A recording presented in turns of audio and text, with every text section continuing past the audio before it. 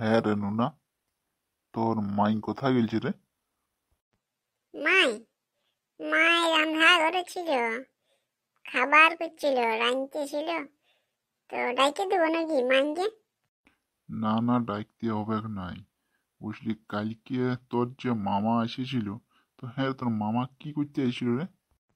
ও মামা, মামা পিঠা নিয়ে এসেছিল, পোষ পিঠা। আমাদের পোষ পিঠা হয় নাই না, তো ওই জন্যে মামা পিঠা এনে দিয়েছিল আমাদেরকে। ও, পিঠা এনেছিল রাতে। তো হ্যাঁ রে, তুই পিঠা খাইয়েছি? হ্যাঁ খাইছি। সকালে তো মা পিঠা ভাজলো, তখন ওই ভাজা পিঠাগুলা খাইছি। কাল রাতে দুধের সঙ্গে পিঠা হলো, দুধ পিঠা খাইছি। কেন তুমি পাও নাই? দেখ তোর মাটা কেমন, আমাকে না দিয়ে একাই কেমন খাইছে বল। আমি পাই না, আমাকে দেই নাই রে। তোর মামা ঘরের পিঠা, তোর মায়ের বাপের ঘরের পিঠা একা একাই খাইছে। আমার কি, আমার শ্বশুর ঘরের পিঠা, তাও আমাকে পিঠা একটাও দিল না।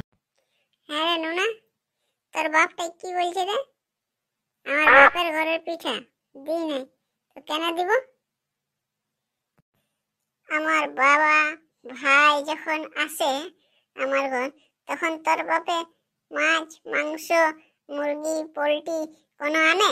কিছুই তো আনে নাই। সেই বাঁধাকপির ঝাল ফুলকপির ঝোল খাওয়াই আর পাঠাই দেই।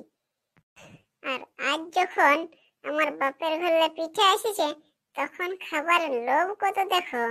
ইহ, আহ, শ্বশুর ঘরের জিনিস সবারই অল্প আশা লাগে না খাবার বলো। আমাদের ঘরে Yeah, এবছর পিঠা boy. হয় নাই, তো শ্বশুর করলে আইসিয়েছে, আনিয়ে দিয়েছে শ্বশুরে। তো আমারও তো একটু খাইতে ইচ্ছা করে বলো, হ্যাঁ। ইচ্ছা করলে হবে কি?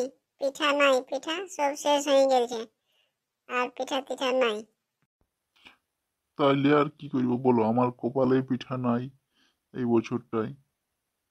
তো যারা ভিডিওটা দেখছো তাদেরকে একটু বলি, আমাদের এবছর পৌষ পিঠা হয় নাই। তো তোমাদের ঘরে যদি পৌষ পিঠা হয়েছে, তো অল্প দিয়ে যাও, শ্বশুর ঘরের পিঠা খাওয়া তো আর হইলো নাই। হ্যাঁ গো ননুর বাবা, পিঠা আমি তোমার জন্য আমার ভাইকে ফোন করে বলে দেবো, বানিয়ে দেবে। তো তুমি অল্প ইয়াদেরকে বলো না, যারা ভিডিওটা দেখছে তাদেরকে, যেমন আমাদের চ্যানেলটা একটু সাবস্ক্রাইব করে দেয়।